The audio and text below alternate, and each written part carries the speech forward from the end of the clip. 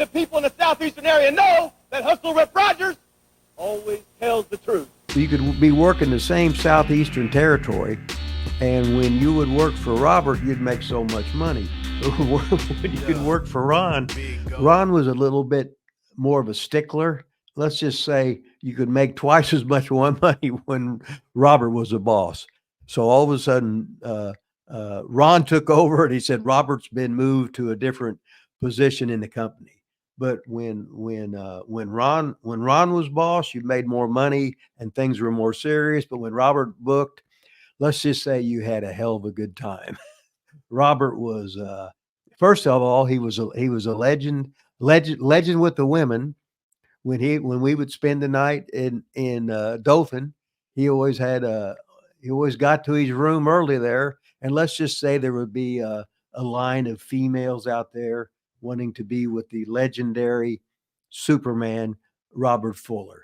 And I can attest to Robert Fuller. Let's just say when you saw him in some swimming trunks, the girls would go, wow. And I myself would go, ooh. So what the hell? But let's just say Robert was the living legend of the lovers in the Southeastern area. Now, Jimmy Golden, Jimmy was their cousin. And Jimmy didn't like to travel that much and became Bunkhouse Buck later. But Jimmy was a great pro. He was loose as a goose, and Jimmy could work babyface, work heel. All the Fullers could, and Armstrong could.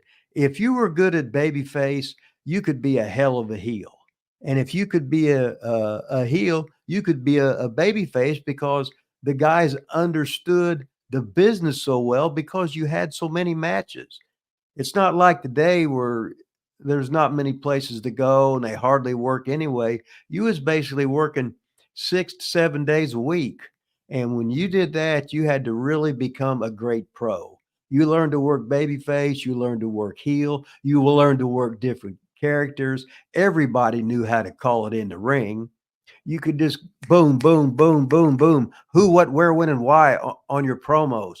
You were a pro. You could work with anybody. You could come in and say, oh, I work with, where'd you come in from? Oh, I come in from Amarillo. Okay, we'll do some Terry Funk stuff. Wow. And everybody knew everybody because you was staying from usually six months to a year if you were going to a territory. Or like if you was office, you could stay wherever, and then you'd book out for a while because you get tired of the same old shit.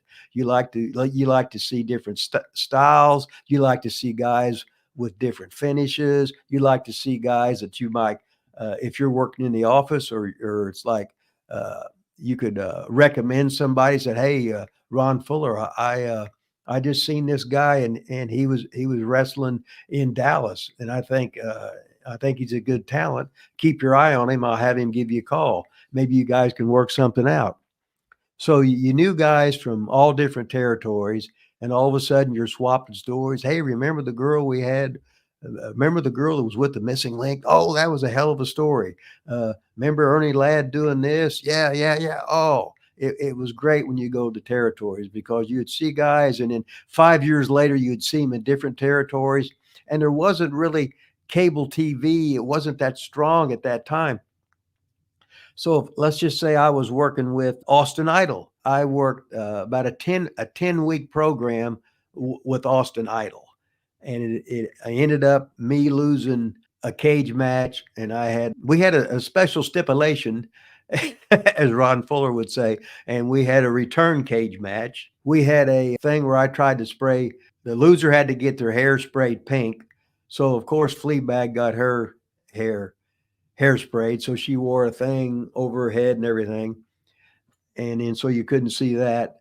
And then they did a thing where we had the haircut match, and then all of a sudden I tried to cut Austin Idol's hair match, but of course Brenda tried to interfere, so guess who got her haircut? But it was really a wig that was spray painted pink earlier, so she didn't really get her haircut, but the fans. And then she got her haircut in every club. She got her haircut in Birmingham. She got her haircut in Montgomery. She got her haircut in Mobile.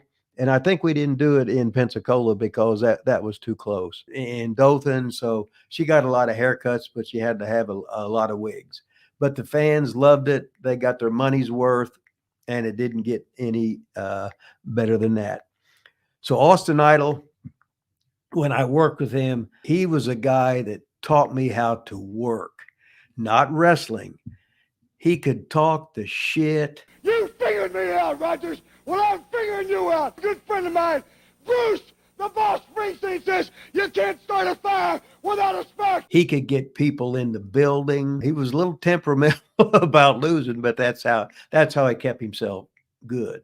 We did a thing there where I did an interview with the sports writer, the guy that did the news, the guy that covered the wrestling every week in Mobile, and I was talking about I was at the beach in Pensacola, but I was talking like I wasn't going to be there for TV because I was out partying with Michael Jackson, John Mellencamp, etc., and I would not be there at TV, but I would be back the next week to take care of Austin Idol. Because they're doing my life story, the life story of Hustler Rip Rogers, co-starring Michael Jackson and John Cougar Mellencamp. I was unable to embarrass you on TV today. And I was going to have Boris Zirkov take my place in the arm wrestling thing. So what happened in that, when they was doing that thing, I ran in and hit Austin Idol over the head with the box, with the wooden box. I don't know how many times. Knocked him senseless, and then we put makeup. Brenda put lipstick on him and powder and stuff like that, so he looked like an idiot. So we walked away victorious. But then the house show in the arena, he got a little bit of revenge back. But that was fun, hitting Austin Idol over the head, fooling him, and I acted like I wasn't even there, and I tricked everybody as I was telling everybody I was partying with Michael Jackson and John Cougar Mellencamp, and it didn't get any better than that. When he started out, now he was Iron Mike McCord. Then he was in one of them plane crashes, and then he lost a lot of weight, got his hair all bleached blonde. He'd always trained with the weight, so he looked great. So when we got in that ring, we learned to walk and talk, and I followed his lead. I noticed that when he wrestled more serious, the people weren't into it as much. So we gave him more of a show. But then with Fleabag out there, it always made it so much easier. And she got spanked, I don't know how many times, and whatever. So people love to yell at Fleabag. And I had some great matches with Austin Idol. Never broke a sweat. And to me, he was a pleasure to work with.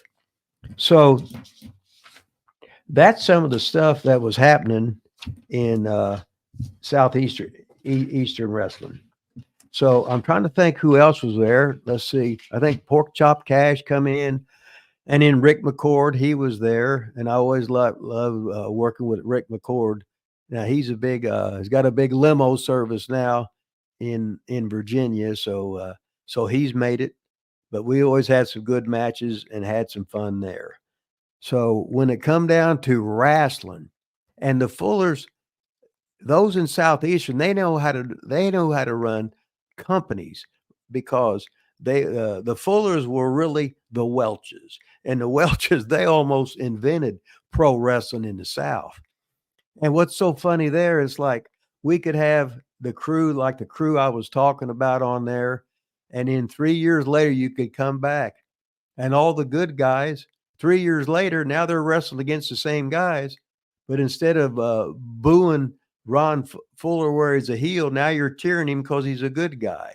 All of a sudden, the Bullet, Bob Armstrong, who was a good guy before, now all of a sudden he's a bad guy.